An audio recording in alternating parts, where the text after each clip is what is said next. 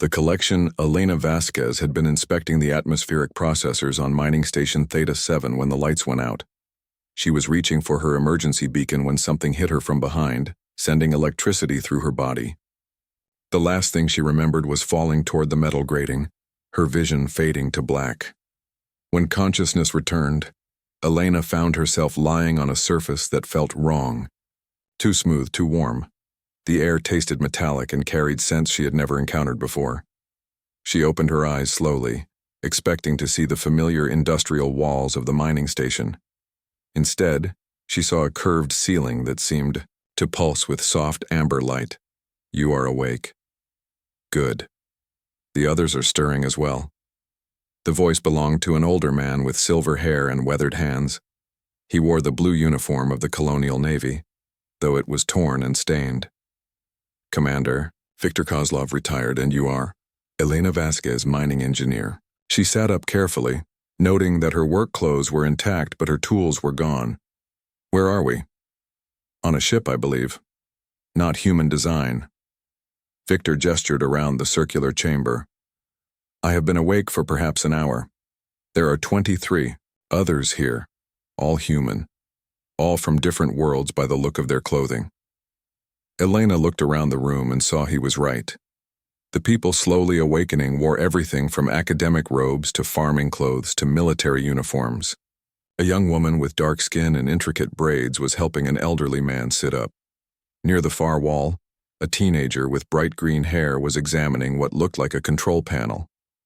Hey, this thing is responding to touch, the teenager called out. But I cannot read any of these symbols. The interface is completely alien. Zara al-Rashid, the young woman with braids introduced herself as she approached. Programming specialist from New Damascus. This is Dr. Chen, xenobiology professor from Earth University.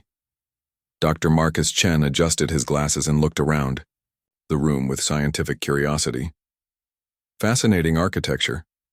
These curves suggest a species that evolved in fluid environments, perhaps aquatic or semi-aquatic. The lighting mimics certain wavelengths that promote calm in most known species. Great, Elena muttered. So we are in an alien aquarium. Before anyone could respond, the walls around them became transparent. Beyond the clear barrier, they could see they were indeed on a spaceship. Stars streaked past in patterns that hurt to look at directly. But what caught everyone's attention were the figures standing outside their chamber. The aliens were tall, perhaps 8 feet in height, with 4 arms and skin that shifted between deep blue and purple. Their heads were elongated, with large eyes that seemed to contain swirling galaxies. They wore elaborate robes decorated with what appeared to be living jewels that pulsed with their own light. One of the aliens touched a device on its wrist, and suddenly the humans could understand its words. Greetings, specimens of the species called human. I am High Hunter Veltar of the Kethtar Consortium. You have been selected for a great honor. Selected for what? Victor stepped forward, his military bearing evident despite their circumstances. What right do you have to take us from our homes? The alien that had introduced itself as Veltar made a sound that might have been laughter. Rights? We are Kethtar. We take what we require. You have been chosen to participate in the Crimson Hunt, the most prestigious sporting event in our society. Dr. Chen spoke up, his scientific mind working even in their dire situation. You are talking about hunting us, like animals. Not like animals, another alien interjected. Animals are predictable, boring. Intelligent species provide much more interesting prey. You will be released on Kethvar Prime, our hunting preserve. The world has been carefully designed with various terrains and challenges to provide optimal sport. Zara was still working at the control panel, her fingers flying over the alien symbols. I am starting to understand this interface, she whispered to Elena. Give me more time. Elena nodded slightly and spoke louder to cover Zara's work. What happens if we refuse to participate in your hunt? Then you die here now without honor, Veltar said simply. But if you participate, you have a chance. Our laws are ancient and binding. If any prey survives for 10 standard days, all captives must be released and returned to their homes. Has anyone ever survived 10 days? Asked a woman Elena had not met yet, who wore the practical clothing of a colonial farmer. The aliens exchanged glances. The Thoraxian warriors lasted 8 days. They were magnificent specimens, each capable of fighting a dozen lesser beings. The Vecnari assassins managed 7 days using their natural camouflage abilities. The record is 9 days, held by a pack of Scaran berserkers. Victor's expression was grim. All warrior species. Professional fighters. Indeed. This is why we expect great sport from you humans. Your species has a reputation for surprising tenacity. How many of us are there? Elena asked. 24 specimens carefully selected from across your colonies. Engineers, soldiers, scientists, farmers, teachers. A diverse sampling of your kind, Dr. Chen was thinking aloud. 24 individuals from different backgrounds, different worlds, thrown together and expected to survive against trained hunters. They are not just hunting us for sport. They are studying us. Studying us for what? Elena asked. To understand how humans work together under extreme pressure. To see if our reputation for cooperation is deserved. Veltar made that laughing sound again. Your academic is perceptive. Yes, we are curious about human pack behavior. Most species either scatter in panic or fight as individuals when hunted. Your kind is said to do something different. We do, Victor said quietly. We adapt. We overcome. We survive. We shall see. You will be transported to Kethvar Prime in 6 hours. Use that time to prepare yourselves. The walls became opaque again, leaving the humans alone. For a long moment, nobody spoke. Then Elena stood up and looked around at the diverse group of people who would be her companions in whatever was coming. Well, people, looks like we have 6 hours to figure out how to survive something that killed professional warriors in less than 10 days. Zara looked up from the control panel, her eyes bright with excitement. I have been accessing their systems, not the important ones, but I can see some basic information. This ship has detailed scans of all of us, including our medical records, psychological profiles, even our educational backgrounds.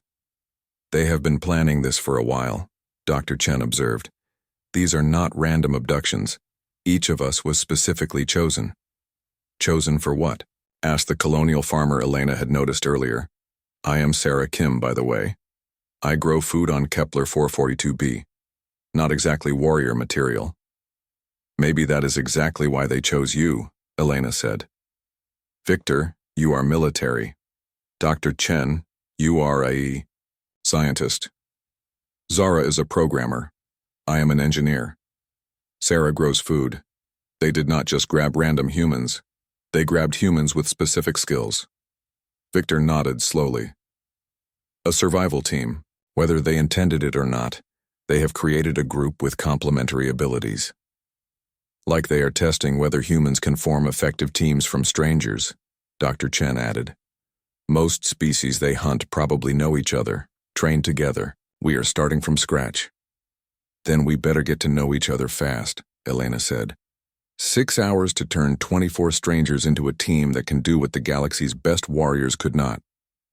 Over the next few hours, the humans shared their stories, their skills, their fears. Elena learned that the group included a former Special Forces medic named James, a colonial teacher named Patricia, who had wilderness survival training, a merchant sailor named Omar who knew about navigation, and even a chef named Andre who understood nutrition and food preservation.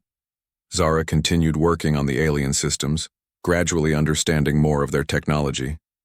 Their computers use quantum processing, but the basic logic is similar to human systems. I think I can learn to use some of their tools if I get access to them.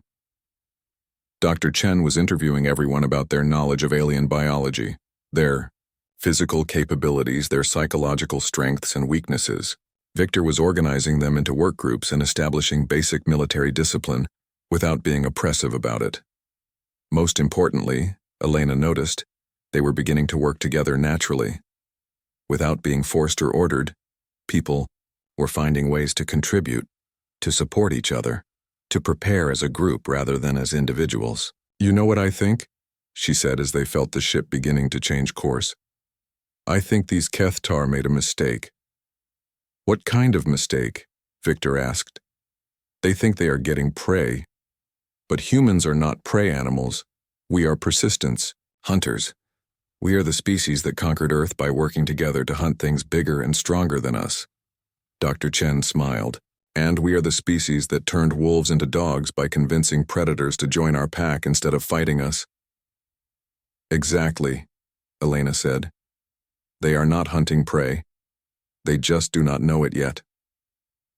The ship shuddered as it entered the atmosphere of Kethvar Prime. Through the transparent walls they could see a world of incredible diversity. Forests gave way to mountains, which became deserts, which transformed into wetlands. It was beautiful and terrifying at the same time. Remember, Victor said as they prepared for transport to the surface, we are not trying to win individual fights. We are trying to survive as a group for 10 days. That means we help each other, we share resources, we think together. And maybe, Elena added, we show these hunters what happens when you hunt humans. The transport beam activated, and 24 humans found themselves standing on an alien world. With basic survival packs and the knowledge that somewhere out there, skilled hunters were preparing to begin the most dangerous game in the galaxy. But the Kethtar had made one crucial error in their planning. They had studied human individuals, but they had never encountered a human pack. And now, for the first time in their history, they were about to learn what that meant. The reversal, the alien sun was setting on Kethvar Prime, when the hunting horn sounded across the preserve. Elena Vasquez crouched behind a cluster of crystalline rocks, listening to the haunting melody that signaled the beginning of the Crimson Hunt. Around her, 23 other humans waited in carefully planned positions, each one part of a strategy that the Kethtar had never encountered before. They are coming, Zara's voice whispered through the improvised communication system she had built from scavenged alien technology. 3 groups, approaching from the north, east, and south. They expect us to run. Then let us disappoint them, Elena replied. Over the past day, while the aliens had given them time to prepare, the humans had done something unprecedented in the history of the Crimson Hunt. Instead of scattering or hiding, they had organized. Victor had used his military experience to establish a command structure and basic tactics. Dr. Chen had studied the local ecology and identified useful plants and animals.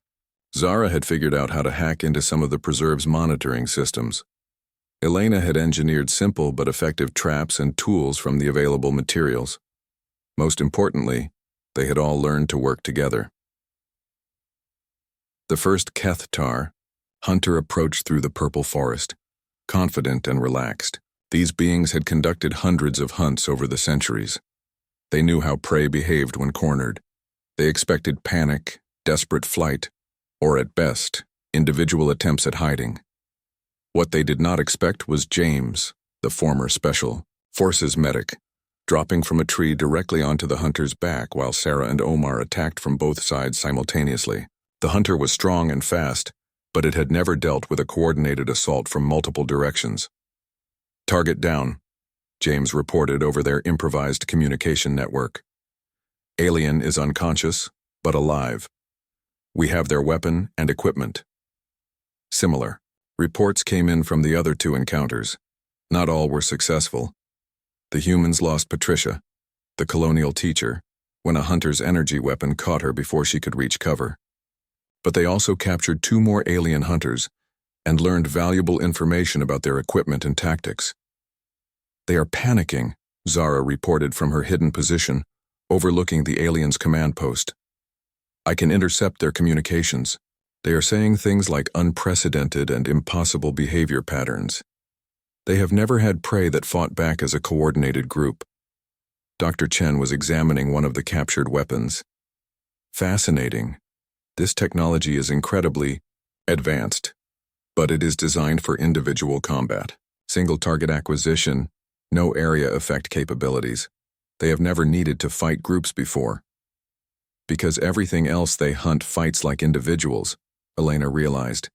Even pack animals scatter when attacked by something as powerful as these hunters. But humans do not scatter. We get more organized when we are threatened. Victor was studying intelligence gathered from the captured hunters. Their entire society is built around individual achievement. Each hunter works alone. To prove their worth, they coordinate, but they do not truly cooperate. That is their weakness, Elena said. They are used to being the apex predator. They have never had to adapt to prey that adapts back. Over the next 3 days, the pattern continued. The hunters would approach expecting terrified, fleeing Prey. Instead, they found carefully planned ambushes, coordinated attacks, and humans who learned from every encounter. The aliens had superior technology and physical capabilities, but they were fighting in a way they had never learned. The latest intercepted communication is interesting, Zara reported on the 4th day. High Hunter Veltar is ordering his hunters to change tactics. They are going to start working in pairs. About time they started adapting, Victor said. But it might be too late. We have been adapting since the moment we arrived. Helena was working on a new type of trap using principles she had learned from studying the captured alien technology. How many hunters are left active? Started with 12, James said, checking his notes. We have eliminated or captured 8. 4 remain, plus their leader. Dr. Chen looked up from his study of local flora. I have found something interesting. These plants here, he pointed to a cluster of blue-green vegetation, they react to the same energy frequencies as the Kethtar weapons.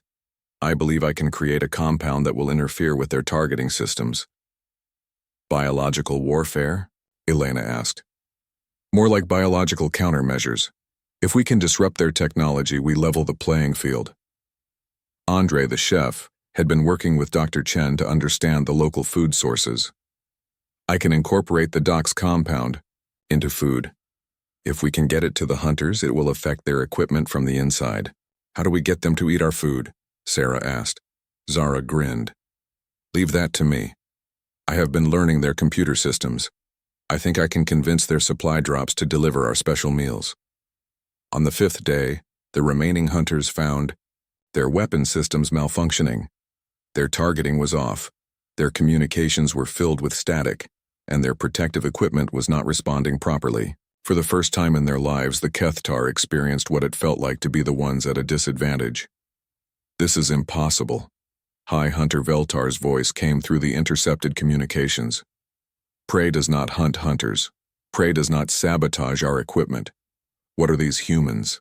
We are what you get when you hunt a species that refuses to be prey, Elena whispered to herself as she watched the aliens becoming increasingly desperate and confused.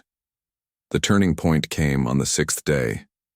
The remaining hunters, now working, together out of desperation rather than choice, launched a coordinated assault on what they thought was the humans' main camp. Instead, they found an elaborate trap that had taken days to prepare. The humans had used their understanding of alien technology, their knowledge of the local environment, and their ability to work as a team to create something the Kethtar had never seen before. A trap that was not designed to kill, but to capture. When the energy nets fell and the hunters found themselves imprisoned by their own technology, turned against them, they finally understood what they were truly facing. You cannot do this, Veltar snarled as the humans approached their captives. We are the hunters, you are prey. No, Elena said calmly. You were the hunters. Now you are going to learn what it feels like to be hunted. Victor stepped forward.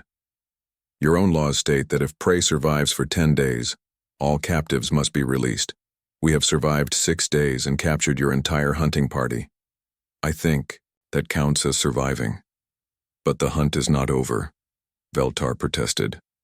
You are right, Elena said. The hunt is not over, but now we are the hunters, and you are the prey. Over the next 4 days, the humans gave the Kethtar a taste of their own medicine. They did not kill them, but they made them run, made them hide, made them experience the fear and desperation that countless other species had felt. They used the aliens' own equipment against them, turned their hunting preserve into a prison, and demonstrated that humans could not only survive their game, but rewrite the rules entirely. When the 10 days were complete, rescue ships from the Kethtar Consortium arrived to find something unprecedented in their history. Not dead prey, but living humans who had not only survived the Crimson Hunt, but had turned it around completely. "This is impossible," the rescue commander said as he looked at the captured hunters and the organized group of humans who had accomplished the unthinkable. "No," Elena replied. "This is what happens when you underestimate humans. We are not just another species to hunt for sport. We are the species that conquered our entire world by working together. We are the species that turns enemies into allies and problems into opportunities." Dr. Chen stepped forward. "You should understand something about humans. We do not just adapt to challenges. We transform them. You tried to hunt us, so we became hunters. You tried to make us prey, so we became predators. And now, you are going to help us make sure this never happens to any species again." The Kethtar Consortium, faced with the first failed hunt in their history and the complete reversal of their most sacred tradition, had no choice but to honor their ancient laws. The humans were released, but they did not just go home. They took with them detailed knowledge of Kethtar technology, complete maps of their hunting preserves, and most importantly, proof that the galaxy's most feared hunters could be defeated. Within a year, the Crimson Hunt was ended forever. Not by force, but by the simple fact that no species would participate anymore. Word had spread across the galaxy about what humans could do when they worked together, and no one wanted to be the species that tried to hunt them next. Helena Vasquez returned to her mining station, but she was no longer just an engineer. She had become something new, something that the galaxy had never seen before. She was a human who had looked at the ultimate predators in the known universe and said, "We can do better." And she had been right. The Kethtar learned a valuable lesson that day. In the vast and dangerous galaxy, there was one species that should never be underestimated, never be threatened, and never, ever be hunted for sport. Because humans do not just fight back, they fight back better.